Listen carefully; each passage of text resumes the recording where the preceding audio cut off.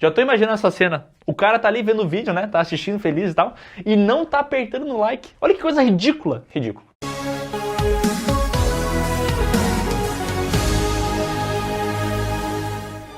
Estamos começando mais um PeeWeeCast, o podcast do canal Piuí, que hoje vai tentar analisar a mente perturbada de vários personagens dos filmes. São os caras perturbados de verdade, né? E para isso nós trouxemos aqui ele, que é um especialista em perturbação, ele que adora um filme de gente que come merda, que vomita, depois come o vômito.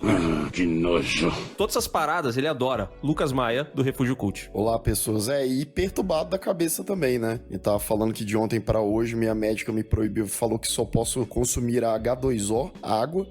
Tipo assim, eu posso assistir qualquer filme de terror perturbador. Agora, me priva da minha cervejinha, da minha coquinha, acabou, cara. Eu tô debilitado. Esse tema de hoje é a minha terapia da semana. Vocês não estão entendendo. Caraca, eu tô triste pelo Lucas, né? Tu vê que ele perdeu o brilho, né? Ele não fala mais com a mesma felicidade que ele falava antes, né? Ele tá acabado. E a vontade de chorar é inevitável. Todo mundo realizando seus sonhos, conseguindo suas coisas e eu na merda. Talvez eu indique pra ele que ele faça uma sessão de psicologia com a nossa outra convidada, Lisa Guerra. Olá, pessoas. Eu sou Lisa Guerra, estudante de psicologia, e eu tenho um canal que une os conhecimentos da psicologia com cultura pop, seja filmes, séries, animes, games, enfim. Tudo de que a gente pode aprender um pouquinho ou tirar alguma coisa das obras é válido, então muito obrigada, Piuí, também pelo convite. Vai ser muito bacana poder falar um pouquinho sobre a mente dos caras mais doidos, e não tô falando do Lucas nem do Léo, mas dos caras mais doidos do cinema. Peraí, mas tu vai aceitar tratar o problema do Lucas aí ou não? Olha, dá pra tentar, mas não prometo. Indiretamente, talvez, né? Vai soltando uma diquinha aqui, uma diquinha ali.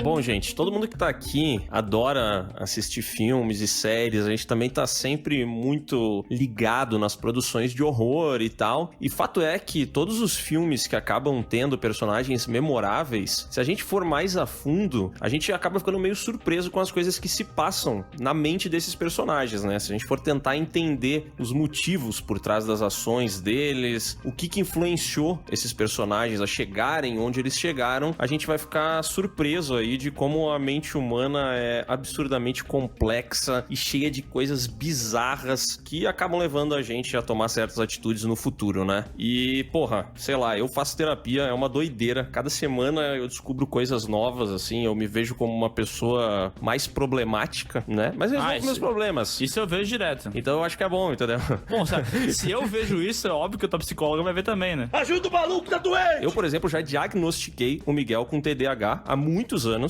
Eu tenho certeza. E o TDAH dele não é leve, é pesado, sabe? Mas ele se nega a ir atrás de algum tipo de tratamento pra isso. Então, enfim, né? Vamos tentar tratar os personagens dos filmes. E se alguém quiser começar puxando um aí pra gente ter como exemplo, bora lá. Eu vou trazer aqui um que é meio fácil, eu acho, de ler e tal. Porque, na verdade, eu acredito que ele seja a ausência de uma motivação. Até pra gente já colocar aqui os assassinos clássicos do cinema e a Elisa poder falar um pouco mais. Eu quero perguntar pra ela se o Michael Myers tem algum tipo de motivação ou não. Cara, Michael Myers é um cara muito interessante da gente analisar, porque ele passa todo aquele rolê meio apático e tal. E no próprio filme, no primeiro filme, existe um psiquiatra ali que larga alguns diagnósticos dele e tal, e a gente pode tentar explorar um pouquinho disso, que... Só um minutinho que eu separei até a frase do psiquiatra aqui. Opa! Temos uma pessoa que estudou! É isso! Profissional da competência incrível, Rogerinho. Se eu não me engano, ele fala, esse arrombado é o mal encarnado. Mas talvez não seja isso, né?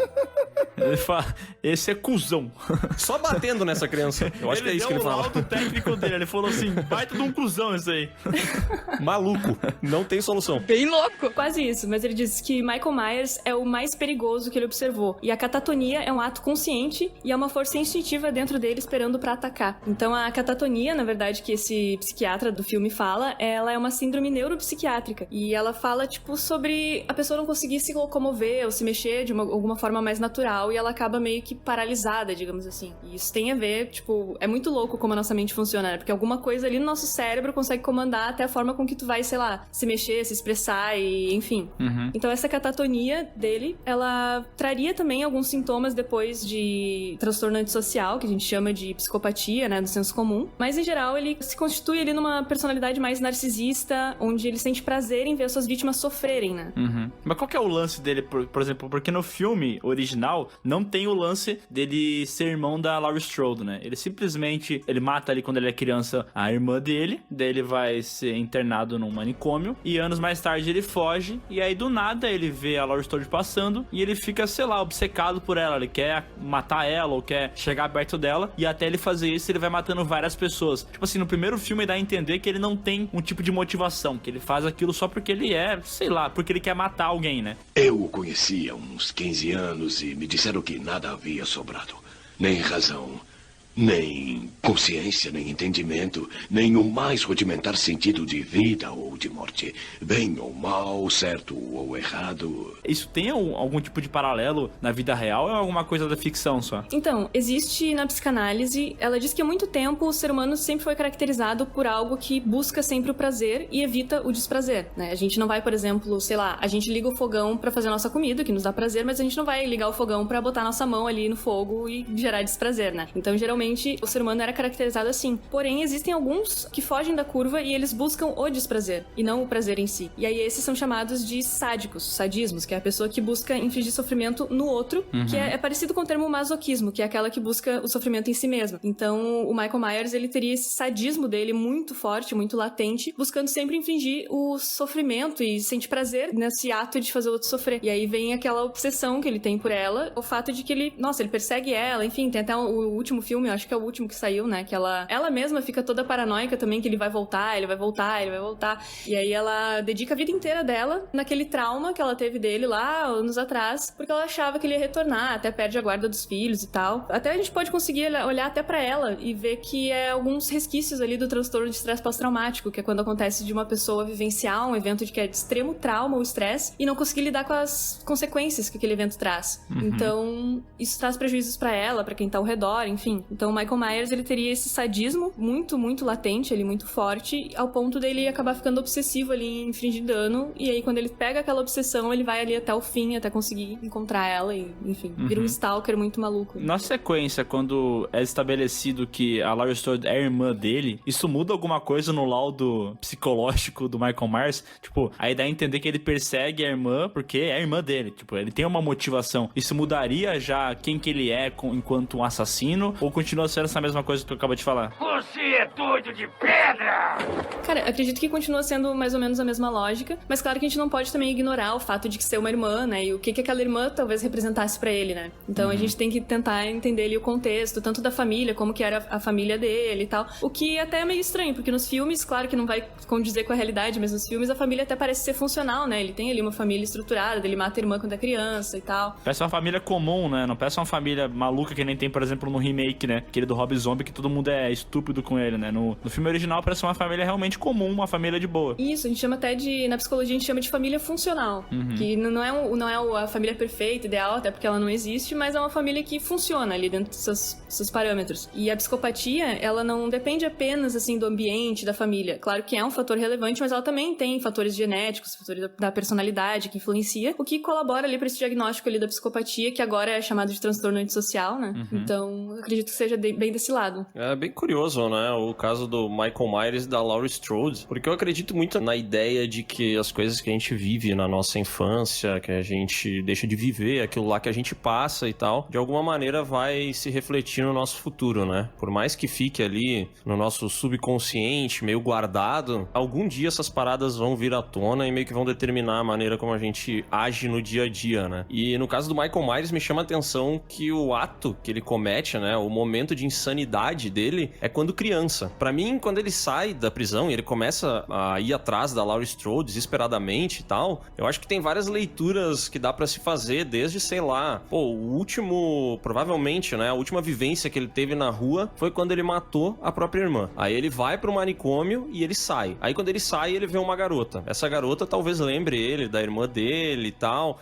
Pode ser que ele esteja revivendo aquela situação, sabe? Mas agora, quando ele é criança, eu acho muito difícil de fazer uma leitura disso. E pra mim, o filme é muito feliz quando ele fala que o Michael Myers é o mal encarnado, entende? Porque o fato dele pegar uma criança que todo mundo associa, né, com uma imagem de inocência, uma imagem de pureza, e fazer essa criança matar a irmã, pra mim faz parte, assim, é a essência desse personagem, tá ligado? Porque eu, pelo menos, não consigo fazer uma leitura, não consigo chegar, pô, talvez ele tenha matado por conta disso, entendeu? Eu não consigo chegar num motivo, eu acho isso muito foda. Tanto é que falam que, aí a Elisa pode confirmar isso, que dizem que a maioria dos psicopatas, eles começam na infância, só que assim, matando bicho, né? Matando animal, quebrando pescoço de passarinho e tal. O Michael Myers, ele é tão foda que ele já começou matando a irmã dele, né? Foi direto, né?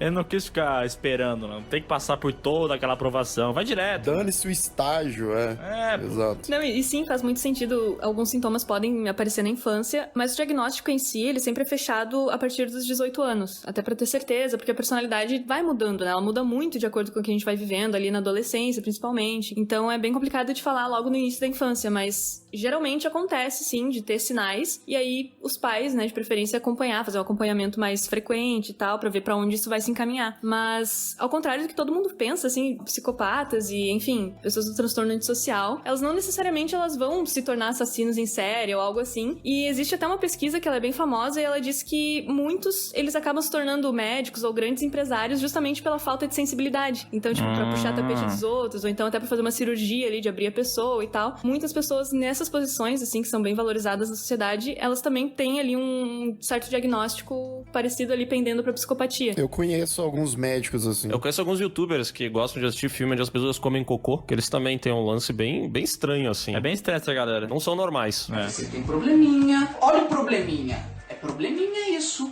Tratamento. Mas, cara, comer cocô não tem nada a ver com psicopatia. É um gosto. O Hannibal come pessoa. Aí, ó. Eu conheço outro maluco que relativiza esse tipo de coisa também. É um maluco da porra, né? Ele acha normal. Eu conheço um cara que não só gosta de assistir filme onde as pessoas comem cocô, como ele também gosta de comer cocô de vez em quando, né? Defende, ele ergue essa bandeira aí. É verdade. Cara, minha mãe me revelou que antes de 1 ano de idade, eu, infelizmente, acabei comendo cocô. Talvez seja por isso que eu assisto filmes. Suspeitei desde o princípio. Como o Léo tava falando, né? O Léo falou que as experiências ali da infância vão influenciando na vida adulta depois, né? Pois é. E é exatamente quando tu é criança que tu tá formando as sinapses, né? Tu tá formando o teu cérebro e tal, tá ficando realmente inteligente, né? Então, um trauma desde comer cocô pode afetar a tua vida inteira. Sei lá, no futuro tu pode ir pro médico e ele falar que tu tá com o diagnóstico de um velho, né? Exatamente. Complicado. E a médica ser uma psicopata, quem sabe, né? Mas